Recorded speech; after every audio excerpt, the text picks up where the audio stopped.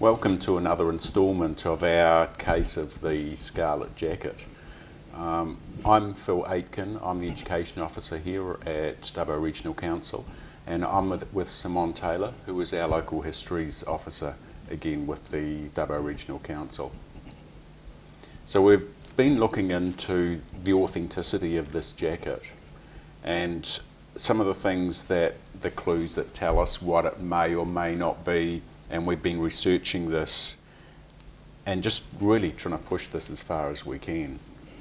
So we've done some extensive research into the history of the jacket and also into the history of local military forces here in Dubbo.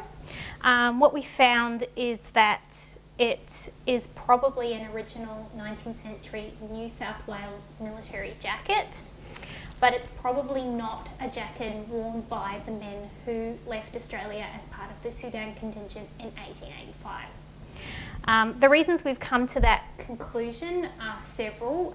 From the Sudan perspective, the jacket is similar to what they wore, but it's not exactly identical to the tunics that the men wore when they left Australia.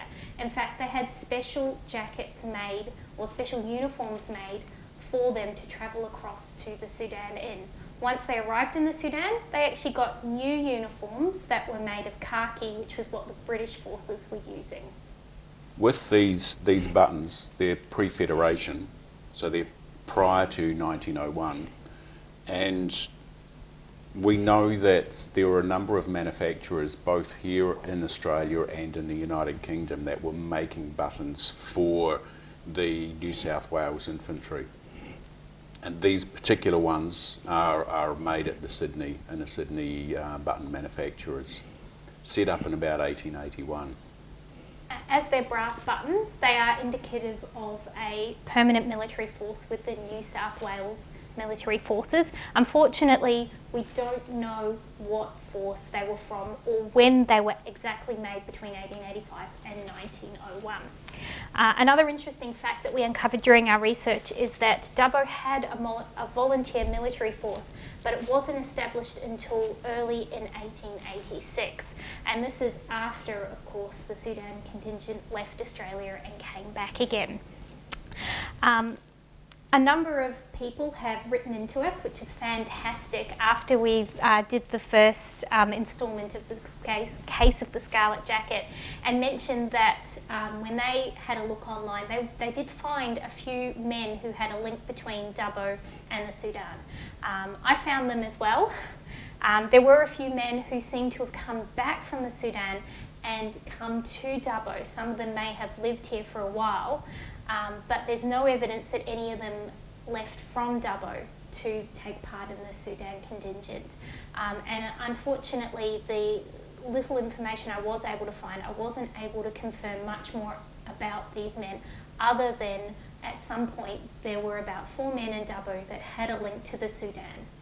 One of the early parts of our research involved sourcing and looking for images that showed some of the contingency that actually went to the Sudan. This involved paintings and as well as photographs. Even though the photographs at the time were in black and white, we could see distinctly there were some differences in the jacket. A lot of this amounted to some of the piping that went round the cuffs or the epaulets, and around the details around the shaping of the jacket. Photographs at the time, of course, were sort of more actual to what was going on, even though they were in black and white. Paintings could be embellished with the artist taking a little bit of poetic license and adding things to it. So the old photographs were particularly interesting for us, and it showed in relation to those photographs, various photographs, that even though the colours are right, and some of the shaping's right, this jacket misses a lot of the details, such as piping. Piping that went around the cuffs, piping that went around the epaulets, and around other parts of the detail, the shape of the jacket, etc. So that imagery became very important. Another interesting feature of this jacket is the internal lining, or lack thereof. So with jackets of this period, when they were made for privates and lower ranked men, they tended to be made by a contracted government supplier, and they tended to be unlined for that reason, potentially a bit of cost cutting. Another interesting feature that could point in the other direction is the fact that if you were an officer, you were expected to provide your own uniform, which meant you had to pay a tailor to create that uniform.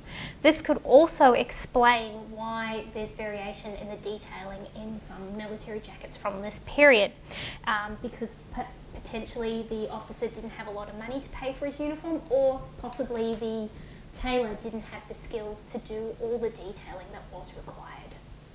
So our conclusions after many hours of research has been that this jacket is an authentic military jacket, a New South Wales military jacket, but we unfortunately can't link it clearly to Dubbo at the moment.